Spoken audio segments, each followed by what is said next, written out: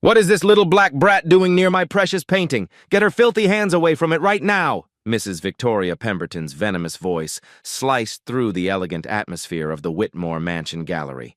She clapped her hands violently, treating 12-year-old Zara Williams like a stray dog.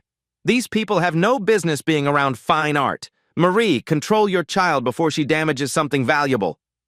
The crystal chandeliers cast golden light across shocked faces as wealthy guests turned to witness the spectacle. Zara's mother, Marie, trembling in her simple black uniform, rushed forward with desperate apologies. "Please forgive us, Mrs. Pemberton. Zara, move away this instant." But Zara stood motionless, her intelligent eyes studying the $12 million French Impressionist painting with unwavering focus.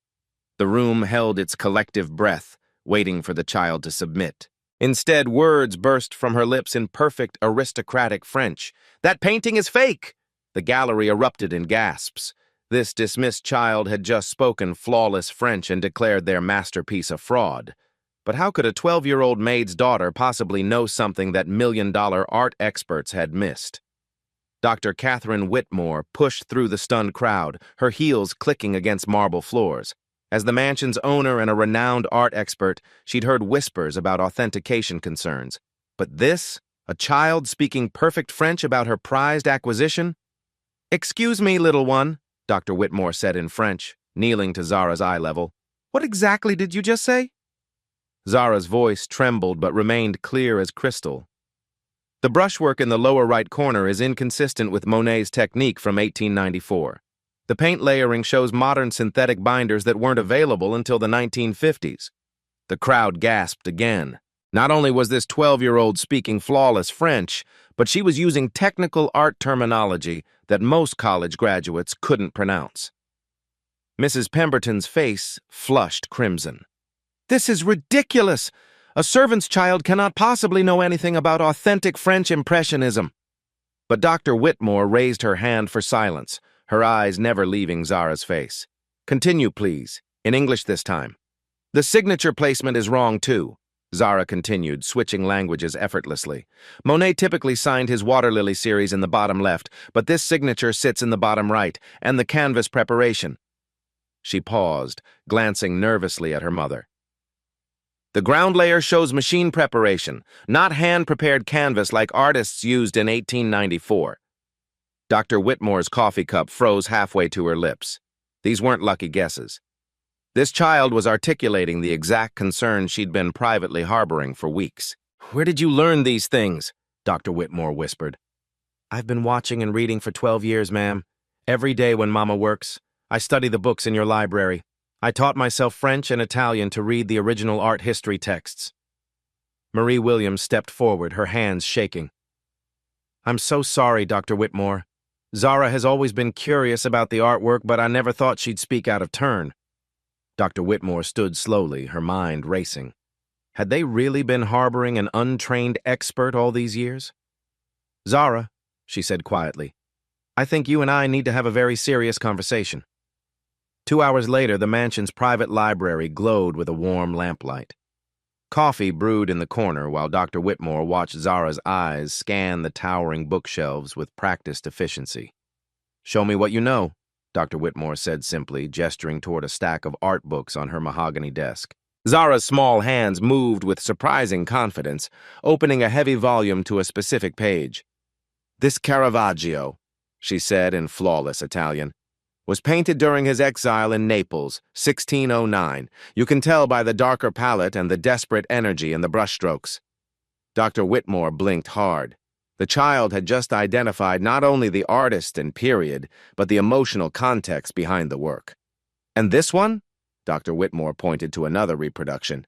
"Picasso, Blue Period, 1903, Zara replied in perfect Spanish. "He painted this after his friend Carlos Casagemas committed suicide. The melancholy in the subject's posture reflects Picasso's own depression during this time." The sound of pages turning filled the silence as Dr. Whitmore tested her further. Each answer came in the artwork's original language. Each explanation demonstrated deep understanding of historical context.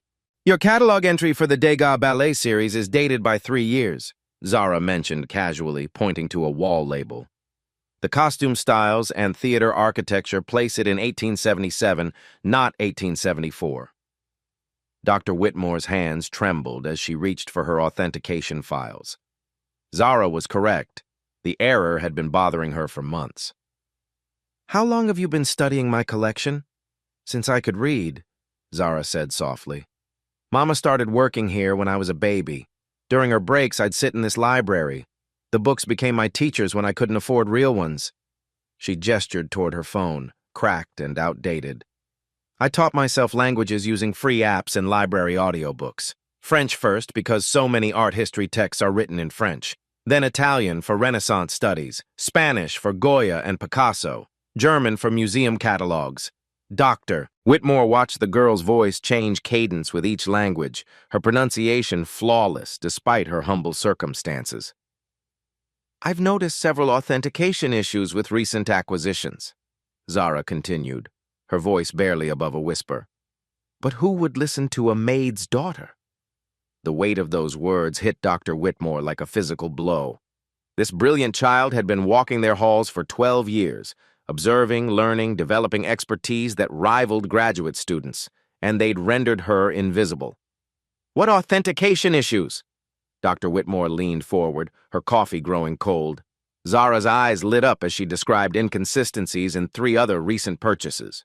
Paint analysis discrepancies, historical anachronisms, signature variations that suggested forgery. Each observation was precise, scholarly, and devastating. Dr. Whitmore realized with growing horror that this 12-year-old had been identifying problems that her team of experts had missed. Problems that could cost the museum millions in lawsuits and reputation damage.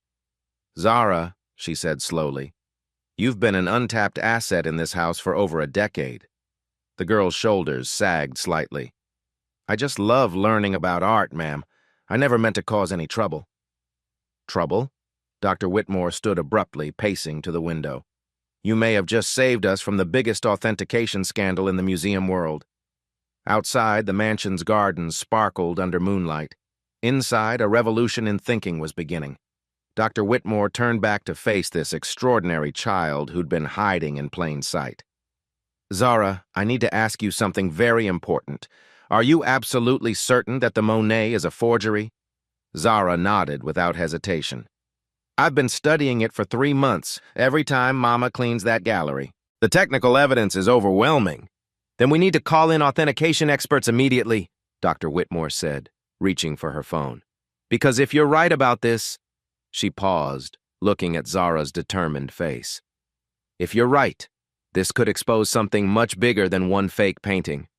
Zara's story began in the servants' quarters of the Whitmore mansion, where her mother Marie had worked as head housekeeper for 15 years. "Mama started here when she was pregnant with me," Zara explained, settling into the library's leather armchair. "The Whitmores let us stay because Mama was the best employee they'd ever had." Dr. Whitmore poured fresh coffee, the aroma filling the quiet space between them. "I grew up in 2 worlds," Zara continued. "Upstairs with million-dollar masterpieces, downstairs with hand-me-down furniture. I learned early to be invisible when guests visited." The spark had ignited when Zara was 4 years old. While Marie cleaned the main gallery, tiny Zara had discovered a coffee table book about the Louvre. The colorful paintings mesmerized her. "That night, I begged Mama to teach me to read faster. I wanted to understand every word about every painting, but formal education remained out of reach. Marie's salary covered basic necessities, not college tuition. When Zara applied for museum internships, rejection letters always cited the same phrase: insufficient academic credentials. So I created my own education," Zara said, gesturing toward the towering bookshelves. "During Mama's breaks, I'd study these books. I memorized catalog entries while she dusted frames. I downloaded language apps and practiced during subway rides to the library." Dr. Whitmore listened intently as Zara described years of secret learning, hiding in hallway corners during expert lectures, taking notes on discarded paper, building a mental database of artistic techniques and historical periods. "Mama always told me, baby, they can take away your opportunities, but they can't take away what you put in your mind." The pain in Zara's voice was unmistakable, Years of being looked through, not at. Intelligence dismissed because of her zip code and skin color. Dreams deferred because society valued pedigree over passion. I took the cleaning job at the Metropolitan Museum last year, Zara said quietly, just to be near the art I loved, even if I could only study it after closing time. Dr. Whitmore felt tears forming. This child had been building expertise through pure determination while the art world's gatekeepers remained blind to her potential. Your inner motivation, Dr. Whitmore said gently. What drives you to keep learning despite all the barriers? Zara's eyes blazed with quiet fire. I want to prove that knowledge doesn't have a dress code, a racial requirement, or an economic prerequisite. The next morning, Dr. Whitmore led Zara into the mansion's private conservation lab. Professional lighting illuminated the questioned French painting, now secured behind protective glass. I want you to examine this painting like a forensic scientist, Dr. Whitmore said, handing Zara a magnifying glass and specialized lighting equipment. Document everything you observe. Zara's hands moved with surprising steadiness as she adjusted the examination lights. The harsh fluorescence revealed details invisible under gallery lighting. The brushwork inconsistencies are even more obvious under proper illumination, Zara murmured, making notes on a legal pad. See how the water lily petals show hesitation marks? Monet's strokes were always confident, flowing. She pointed to a section near the painting's edge. These paint formulations contain titanium white, which wasn't commercially available until 1916, but this painting is supposedly from 1894.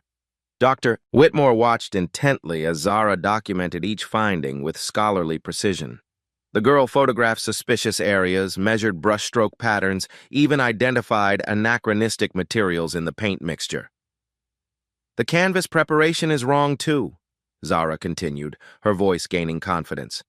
Machine-prepared canvas has a uniform texture. Hand-prepared canvas from the 1890s shows irregularities from manual application. After 2 hours of meticulous examination, Zara compiled a detailed report that read like a graduate thesis. Her conclusions were devastating. The painting was definitely a sophisticated forgery. Dr. Whitmore tested her by playing devil's advocate. What if these are just restoration materials from later conservation work? Impossible, Zara replied without hesitation.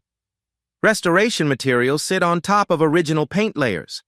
These synthetic binders are mixed into the base paint itself. This was created with modern materials, then artificially aged. You could be wrong about the signature placement, Dr. Whitmore challenged. Zara opened her phone, showing comparison photos she'd researched. I studied 47 authenticated Monet water lily paintings from this period. 39 are signed bottom left, 8 unsigned, none are signed bottom right. Each challenge met with scholarly evidence. Each doubt answered with documented proof. Dr. Whitmore felt a chill run down her spine. If this 12-year-old was correct, they'd been displaying a $12 million fake for 3 months. Zara, she said slowly, do you understand the implications of what you're saying? The girl's confidence wavered for the first time. Maybe I should go back to just helping Mama clean. I don't want to cause trouble for your family. No, Dr. Whitmore said firmly. If you're right about this, you've potentially saved us from massive legal and financial disaster. She picked up her phone with trembling fingers. I'm calling our authentication team from the Metropolitan Museum. If your analysis holds up under professional scrutiny... What if they don't believe me because I'm just a kid? Zara whispered. Dr. Whitmore looked at the detailed report this remarkable child had produced. The technical terminology was flawless. The analysis was thorough. The conclusions were logical and well-supported. Then they'll be making the same mistake everyone else has made about you. The phone rang once, twice. Dr. Carter? This is Catherine Whitmore. I need your authentication team here immediately. We have a situation that could involve millions of dollars and international fraud. She paused, looking at Zara's anxious face. The experts arrive tomorrow morning. Dr. Rebecca Carter arrived the next morning with her authentication team, wheeling in cases of sophisticated equipment. X-ray machines, spectrometers, and microscopic cameras filled the conservation lab.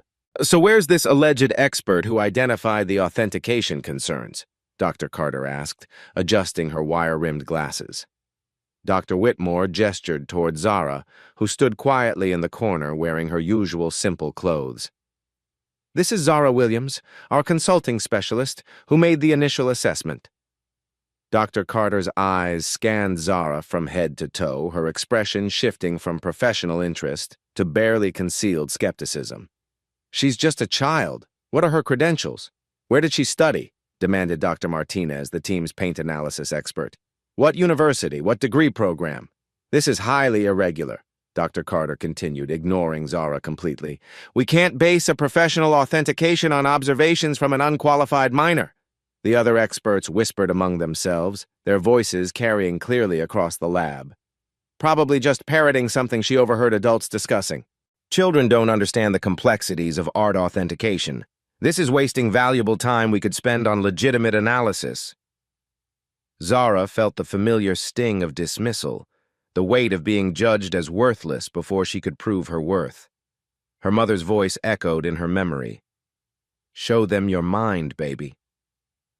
Dr. Whitmore faced a critical choice. She could protect her professional reputation by quietly sidelining Zara, or she could stand by what she'd witnessed. Dr. Carter, she said firmly, I've personally reviewed Zara's initial assessment. Her observations are technically sound and deserve professional consideration.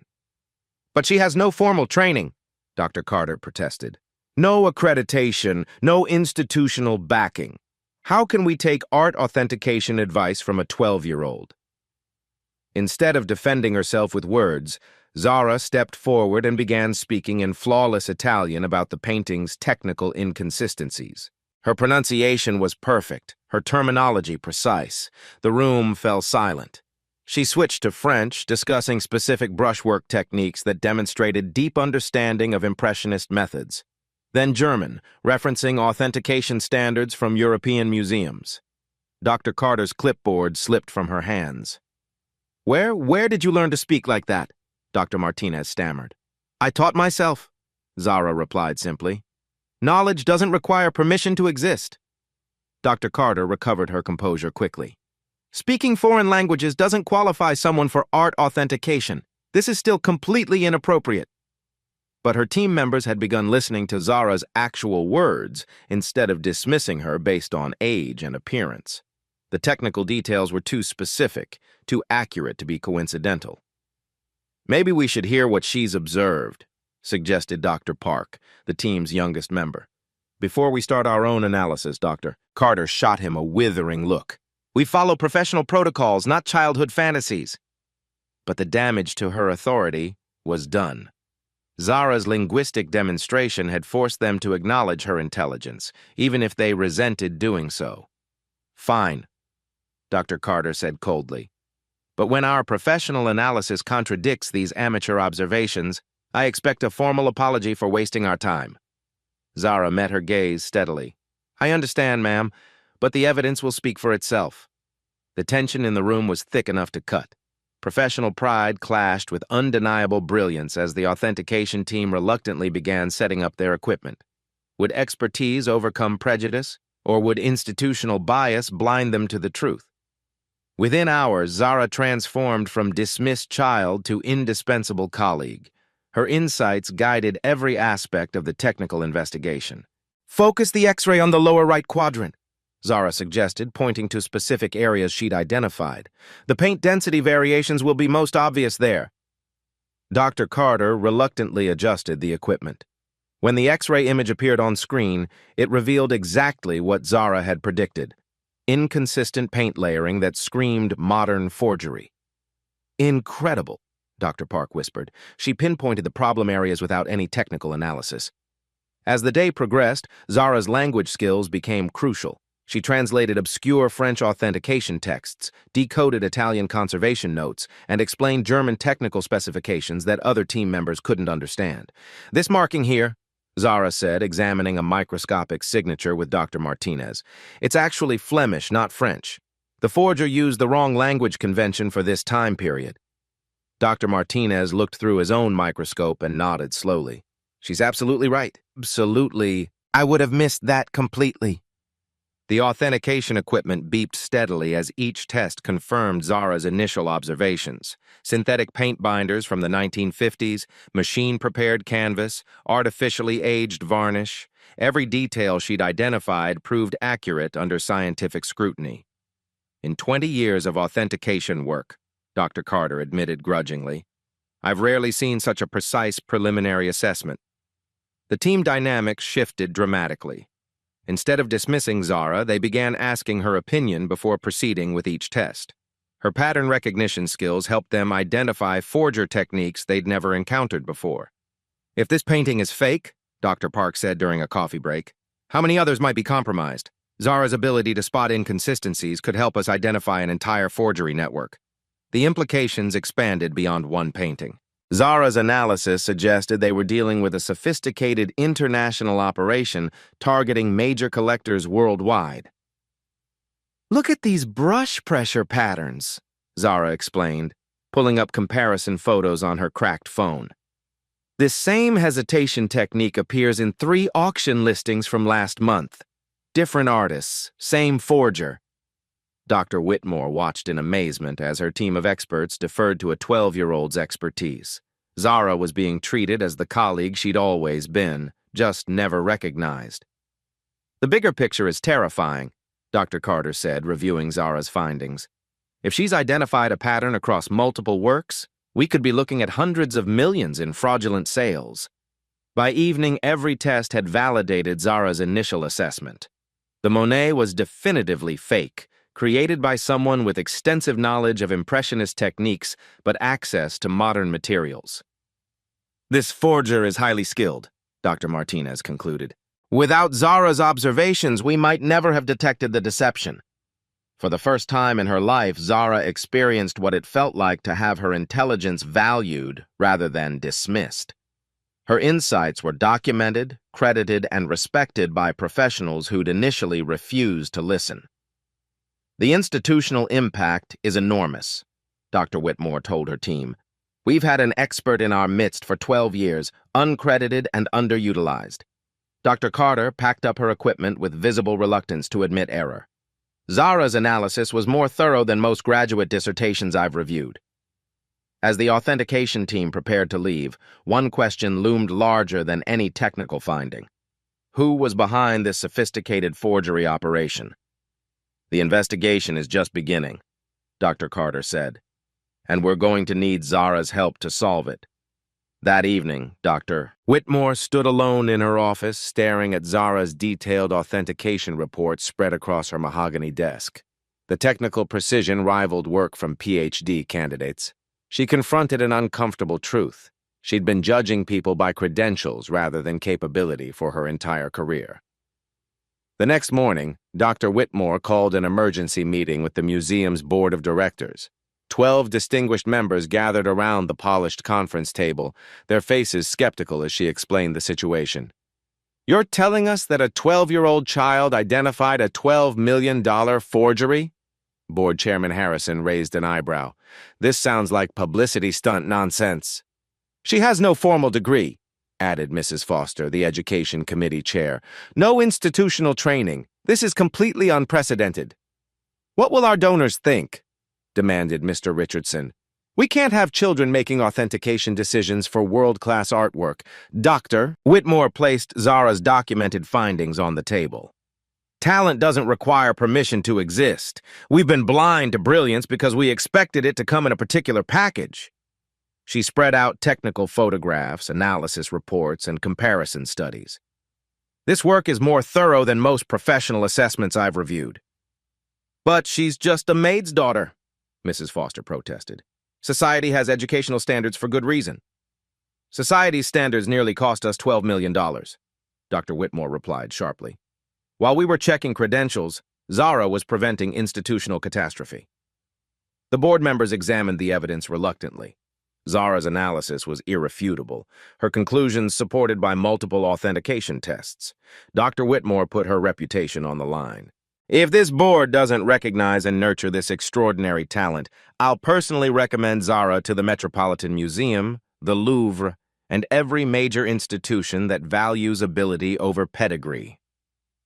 The silence stretched uncomfortably long. "What exactly are you proposing?" Chairman Harrison asked finally. "Full educational sponsorship, private tutoring to complement her self-taught knowledge, mentorship opportunities with our curatorial staff, and formal recognition as a consulting specialist." "She's 12 years old," Mrs. Foster repeated weakly. "Mozart was composing symphonies at 12, Dr. Whitmore countered. "Picasso was creating masterpieces as a teenager. Extraordinary talent doesn't follow conventional timelines." The vote was close, 7 in favor, 5 opposed. When Dr. Whitmore offered Zara the educational opportunity, the girl had one condition. "I want to keep helping Mama with some of her work. I never want to forget where I came from." That afternoon, Dr. Whitmore presented Zara with something symbolic yet profound, a key to the mansion's private library and archive rooms. No longer would she need to study during stolen moments. "This key represents access," Dr. Whitmore explained, pressing the brass key into Zara's palm. "Access to knowledge, opportunity, and recognition you've always deserved." Zara's eyes filled with tears as she held the key that transformed her from invisible to valued. They shared tea from the same china cups they'd used during their first serious conversation, but now as intellectual equals rather than patron and servant. "Thank you for seeing me," Zara whispered. "Thank you for making me see myself," Dr. Whitmore replied. That evening, Zara burst through the door of their small servants' quarters, the brass library key clutched in her trembling hand. Marie Williams looked up from folding laundry, her weathered face creasing with concern. "Baby, what happened? You look like you've seen a ghost." "Mama," Zara whispered, sinking into the worn kitchen chair beside her mother. "Dr. Whitmore is going to pay for my education. She gave me a key to the private library. She called me a consulting specialist." Marie's hands stilled on the towel she was folding. "What are you talking about, sweetheart?" Through tears and laughter, Zara explained everything. The confrontation with Mrs. Pemberton, the authentication investigation, the board meeting that changed her life. Marie's eyes filled with tears as she touched the brass key with reverent fingers. "All these years I watched you study in secret. I prayed someone would notice how special you are." "You made this possible, Mama," Zara said, grasping her mother's calloused hands. "Every sacrifice you made working here, every time you let me use your break time for reading, every language app you helped me download on your phone." The generational impact hit Marie like a wave. Her own dreams had been deferred by circumstances, but her sacrifices had created the foundation for her daughter's breakthrough. Zara called her former elementary school teacher, Mrs. Rodriguez, who had encouraged her love of learning despite limited resources. "Zara?" Mrs. Rodriguez's voice cracked with emotion. "I always knew you were destined for something extraordinary." Word spread quickly through their neighborhood. Other museum staff began sharing their own hidden talents and dreams with Zara. The security guard revealed his poetry. The maintenance supervisor spoke of his photography. The kitchen staff discussed their business ideas. "You've shown us that invisible doesn't mean worthless," said James, the night security guard who had always treated Zara with kindness. The ripple effect was immediate and powerful. Zara began informal language lessons for interested colleagues during lunch breaks. She helped the gardener translate plant care instructions from Italian. She assisted the chef with French cooking terminology. That night, Marie and Zara sat in their modest kitchen, the library key placed carefully between them on the scratched wooden table. Through the window, neighborhood children played in the courtyard, their laughter mixing with the distant sounds of the city. "This isn't just about one person's success," Marie said softly. "This is about proving that talent exists everywhere, in every family, in every community." Zara nodded, understanding the weight of representation she now carried. "I want to show other kids that knowledge is the only credential that truly matters." Marie pulled her daughter close, both of them staring at the small brass key that represented so much more than access to books. "We did it, baby. We really did it." 3 weeks later, the investigation exploded beyond anyone's wildest expectations or imagination. The FBI had discovered that the forged painting was connected to a massive international crime network spanning 5 countries and targeting major collectors worldwide with incredibly sophisticated schemes. FBI agent Sarah Thompson arrived at the Whitmore mansion with absolutely shocking news that left everyone completely speechless and stunned. "We've identified at least 40 suspicious paintings sold through this elaborate criminal network.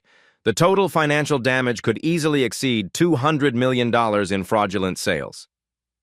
The scale was absolutely staggering and unprecedented in art history. Museums in Paris, London, and New York had all been victims of this incredibly sophisticated fraud operation. Private collectors had unknowingly purchased expertly crafted fakes that had successfully passed initial authentication tests by respected experts worldwide. Zara's exceptional pattern recognition skills are absolutely crucial to this investigation, Agent Thompson explained to the assembled group of investigators and experts. Her unique ability to spot forger techniques across different artistic styles could help us completely map and destroy the entire criminal organization operating internationally. That's when the main suspect made his dramatically confident entrance into the mansion. Antoine Dubois was a distinguished French art dealer who had personally sold the fake Monet painting to the wealthy Whitmore family months earlier. He swept into the mansion's main gallery with his expensive legal team, radiating supreme confidence, obvious arrogance, and barely concealed contempt for the entire proceedings and investigation. "This authentication dispute is absolutely ridiculous and completely without merit," Dubois announced in heavily accented English, his voice carrying arrogantly across the elegant room. "I have sold priceless masterpieces to the world's most prestigious institutions for 30 successful years. My professional reputation is completely beyond question or dispute." He spotted 12-year-old Zara standing quietly near Dr. Whitmore, wearing her new consultant blazer, but still obviously young and completely out of place in his narrow-minded view of who belonged in art circles. "Who exactly is this child doing here in this serious meeting?" Dubois demanded, his tone dripping with obvious disdain and superiority. "Surely she's not part of this supposedly professional discussion about serious art authentication matters." When Dr. Whitmore formally introduced Zara as their lead authentication specialist, Dubois actually laughed out loud, a harsh sound that echoed through the elegant gallery and insulted everyone present. "A little girl. This is your expert witness for such important matters?" He turned to address his high-priced lawyers with obvious amusement and disbelief. "This entire proceeding is clearly a complete joke and waste of everyone's valuable time." Agent Thompson began her formal questioning process, but Dubois remained smugly confident throughout the detailed interrogation. He categorically denied any knowledge of forgery networks, insisting repeatedly that all his paintings were completely authentic masterpieces worth millions of dollars. Then Dubois made the critical mistake that would destroy absolutely everything he had built over decades. He foolishly assumed that no one in the room could understand French beyond basic tourist phrases. So he began speaking rapidly and carelessly in his native language to his increasingly nervous assistant, thinking he was completely safe from understanding or detection. What he said next was absolutely devastating to his case and criminal organization. "These stupid American people understand absolutely nothing about sophisticated art or European culture," Dubois said contemptuously in rapid French, his voice full of arrogance and superiority. "The little black girl certainly cannot speak proper French like educated people do." Zara's hands clenched into tight fists under the table, but she remained completely silent and kept listening carefully to every incriminating word he spoke. Dubois continued revealing damaging secrets in French, becoming increasingly careless with each sentence. "Our Italian network is completely secure from detection by these amateur investigators. These bumbling American investigators will never find our operational connections in Milan and Rome." His assistant nodded nervously as Dubois carelessly revealed crucial operational details, complete client lists, and specific forger locations across multiple European countries and cities. "The special artificial aging technique we developed and use is completely impossible for experts to detect properly," he bragged confidently in French. "Even the supposedly brilliant experts at the famous Louvre Museum cannot tell our sophisticated fakes from authentic original paintings worth millions." Agent Thompson and Dr. Whitmore carefully pretended not to understand a single word, while Dubois unknowingly confessed to decades of international art fraud and criminal activity across multiple countries. But Zara had heard more than enough incriminating evidence to destroy him completely and permanently. She stood up slowly and deliberately, her clear young voice cutting through Dubois' arrogant laughter like a sharp knife through silk fabric. "Monsieur Dubois," she said in absolutely perfect aristocratic French that stunned everyone in the room into complete silence. "I understood every single word you just said, and now everyone in this room will understand exactly who you really are." Dubois' confident face turned completely white as paper. His expensive coffee cup clattered loudly against the saucer as his hands began shaking uncontrollably with shock and fear. "But a child cannot possibly—" he stammered desperately in broken French, his composure completely shattered. "Speak fluent Italian too?" Zara switched languages effortlessly, her pronunciation absolutely flawless and natural. In perfect Italian, she continued relentlessly. "I heard absolutely everything you said about the forgers in Milan, all the names, addresses, and detailed methods." Dubois completely collapsed into his chair as Zara systematically destroyed his entire criminal network. She quoted his exact words back to him in multiple languages. She revealed connections he thought were completely secret. She demonstrated detailed knowledge that could only come from understanding every single detail of his careless confession. "How is this even possible?" Dubois whispered in complete defeat and disbelief. "You're just a servant's child with no education." "I'm many things you didn't bother to notice," Zara replied with calm dignity and strength, "including someone who speaks 7 languages fluently and has studied art authentication techniques for 12 years. Agent Thompson's sophisticated recording devices had captured absolutely everything he had said. Dubois' expensive lawyers frantically tried to control the legal damage, but it was far too late.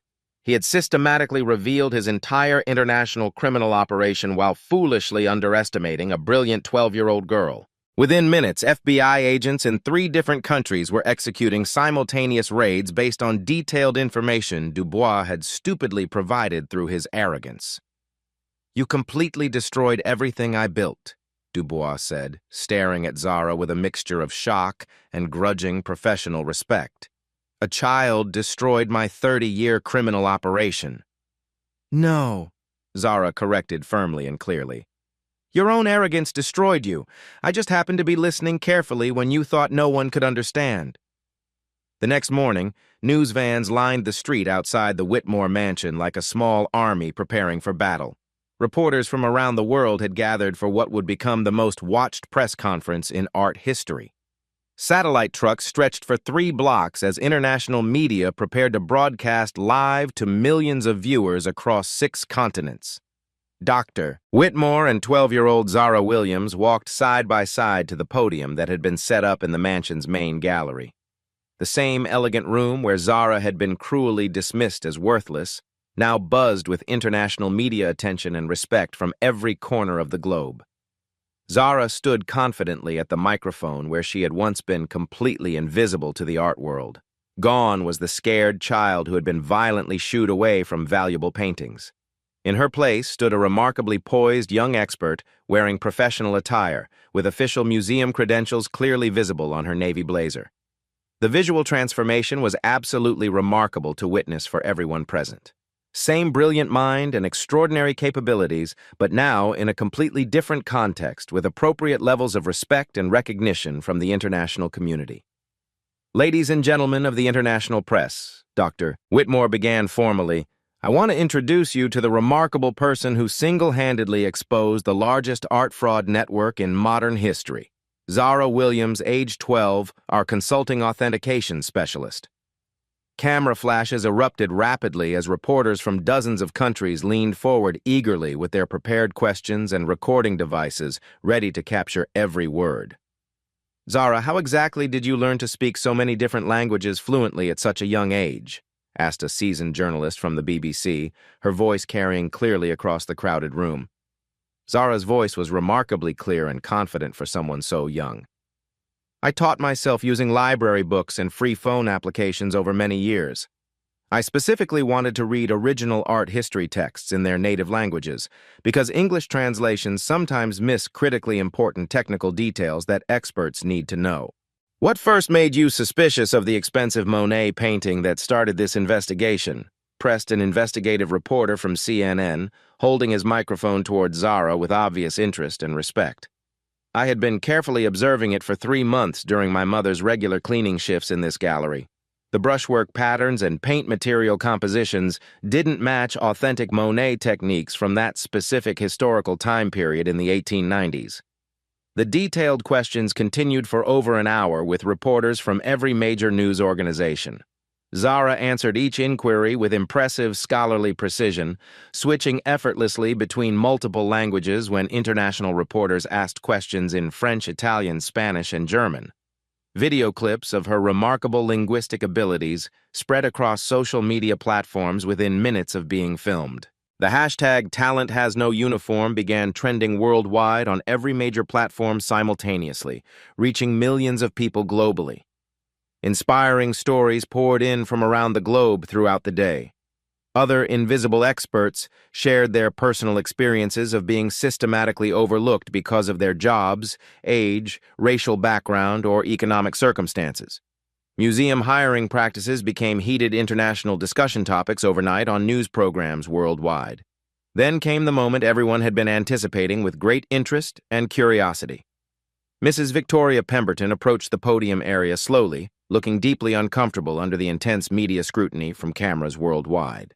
The same wealthy woman who had called Zara a little black brat just weeks earlier now stood before international cameras and millions of viewers worldwide. "I need to make a public statement to clarify my previous behavior and take responsibility," Mrs. Pemberton said, her voice shaking noticeably with embarrassment and shame. "I was completely and utterly wrong in my treatment of Zara Williams. I unfairly judged her based on her young age and family background instead of recognizing her extraordinary intelligence and remarkable capabilities." The cameras captured every word as Mrs. Pemberton continued her very public apology that would be broadcast internationally. "I sincerely apologize not only to Zara personally, but also to her hardworking mother Marie, and to everyone who unfortunately witnessed my completely inappropriate and shameful behavior that day." Zara's response demonstrated remarkable grace and maturity far beyond her 12 years.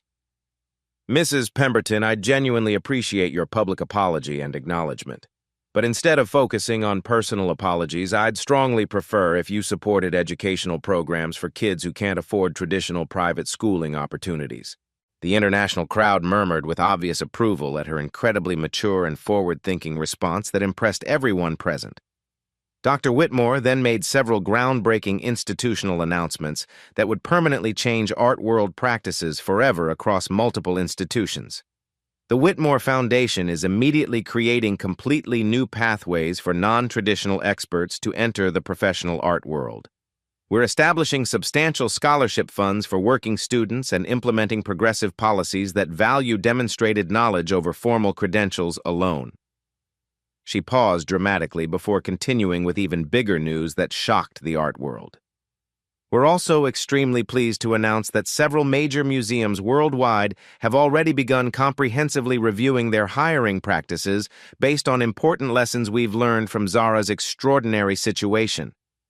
The symbolic moment came when Dr. Whitmore formally presented Zara with a rare first-edition art history book worth thousands of dollars. The same type of precious book that had originally sparked Zara's lifelong passion years earlier, now specially inscribed with the meaningful words, "To a true expert, from a grateful colleague and friend." Reporters captured the deeply emotional exchange as Zara held the precious book with visible tears in her eyes, overwhelmed by the recognition and respect. International recognition followed immediately and overwhelmingly from institutions worldwide. Speaking invitations arrived from major museums in 12 different countries. Interpol officially requested Zara's specialized consulting services for ongoing authentication investigations. 3 prestigious universities offered specially designed honorary doctorate programs for exceptional young scholars like Zara. But Zara's response surprised absolutely everyone once again with its wisdom and thoughtfulness. "I'm incredibly grateful for these amazing opportunities from around the world," she told the assembled international media with confidence. "But I've decided to continue working here at the Whitmore Collection while accepting select consulting roles. I want to prove that extraordinary expertise can develop and thrive anywhere, not just in traditional academic institutions." The emotional climax came when cameras focused on Marie Williams, sitting proudly in the front row wearing her finest dress and beaming with pride. Tears streamed down her weathered face as she watched her daughter address international media with confidence and dignity. "This is my mother, Marie Williams," Zara said, gesturing toward the audience with obvious love and respect. She made all of this possible through her sacrifices, her wisdom, and her unwavering belief in education and learning. The entire crowd gave Marie a thunderous standing ovation that lasted several emotional minutes and brought tears to many eyes. The girl who had once been told to move away from artwork now had her name permanently displayed beside it for the world to see and remember forever. 6 months later, Zara Williams stood in the same gallery where her journey began. But everything had changed. She now led tours in multiple languages, her expertise drawing international visitors who specifically requested to meet the famous 12-year-old authentication specialist. The mansion's reputation had grown stronger than ever before. Visitors came not just to see priceless artwork, but to witness where talent had triumphed over prejudice. The systematic impact reached far beyond one family's collection. 12 museums worldwide had hired staff based on ability rather than traditional credentials. The international forgery ring had been completely dismantled, with over $200 million in fraudulent art identified and returned to rightful owners.